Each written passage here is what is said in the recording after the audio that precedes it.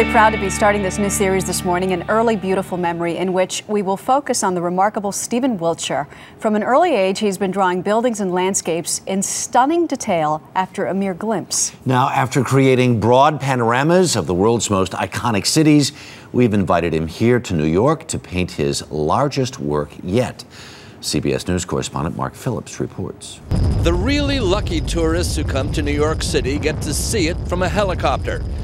And there's no denying the view from up here can make an impression.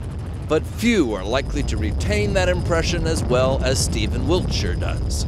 I'm thinking about the Empire State, Chrysler Building, Midtown, Manhattan, skylines, rest of it details. The details are what Stephen sees. Where the buildings are, their shapes, the exact number of windows and stories, the architectural flourishes. And these details stick in his mind. Boy, do they stick in his mind. Because after just a brief tour, Stephen can recreate his cityscapes, draw entire urban landscapes from memory. He's done it all over the world, from Tokyo to Rome, Hong Kong to Madrid to London. Stephen has performed this amazing trick 8 times. You just see it in your mind? See it in my head to get it everything in my brain, how it looks. From a very brief look. Very brief look. Now for his finale, he says he's come to New York. Stephen Wiltshire was just 3 years old, a withdrawn child who did not speak when he was diagnosed as severely autistic. But in his special needs school, he started showing a special talent. He had a photographic memory for buildings, and he could reproduce them from memory. His class went to London's ornate Albert Hall. Stephen returned and drew it. From a picture or from memory. Then I'd draw it from the memory. Do it about a few times. And it came out exactly as it is. Yeah. Yeah, how it looks like.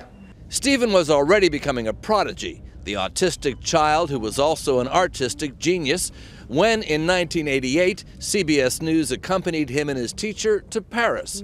He was 14 at the time and pleased with his work. How much? What's your price? 1 million francs. 1 million.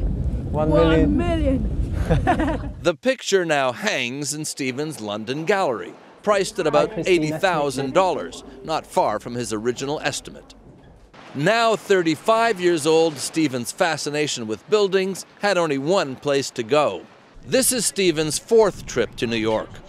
Gotham's towers and its avenues, which he sees filled with yellow cabs and 70s and 80s cars, have drawn him before.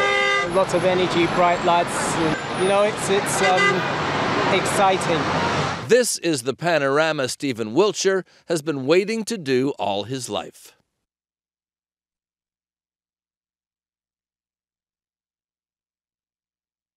I think it may be holding for best we last.